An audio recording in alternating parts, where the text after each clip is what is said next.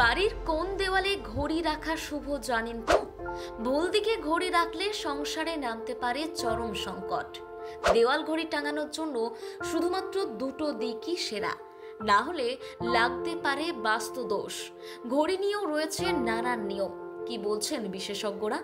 সব বাড়িতেই দেওয়াল ঘড়ি থাকে, কিন্তু অনেক সময় মানুষ জেনে বুঝে ভুল দিকে তা রাখে, যা বাস্তু দোষের কারণ হয়ে দাঁড়ায়। এমন পরিস্থিতিতে অনেক সময় ঘরে নেতিবাচক শক্তি প্রবেশ করে এবং মানুষ বুঝতে পারে না কোথায় ভুলটা হচ্ছে। ঘড়ি সঠিক দিকে স্থাপন করা উচিত। বাস্তুশাস্ত্র অনুসারে ভুল করেও ঘড়ি দক্ষিণ বা পশ্চিম দিকে রাখা উচিত নয়।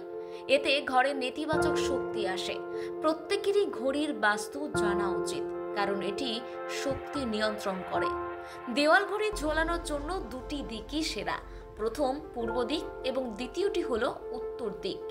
আপনি যদি উত্তরমুখী দেওয়ালে একটি ঘড়ি স্থাপন করেন, তবে আপনি সেই দেওয়ালটিকে নীল রং বা আকাশি নীল রঙের করতে পারেন, কারণ সেই দিকটি জলের দিক।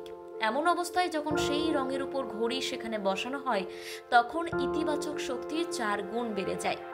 বাড়ির দক্ষিণমুখী দেওয়ালে বা টেবিলে ঘড়ি কখনোই রাখা উচিত নয়।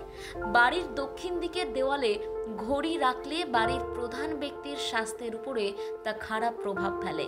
ঠিক একইভাবে দরজার উপরেও ঘড়ি কখনোই রাখা উচিত নয়। দরজার উপরে ঘড়ি রাখলে সংসারে মানসিক চাপ বাড়ে, সবসময় পরিবারের চিন্তার পরিবেশ থাকে, এমনকি সংসারে আর্থিক সংকটও সৃষ্টি করতে পারে।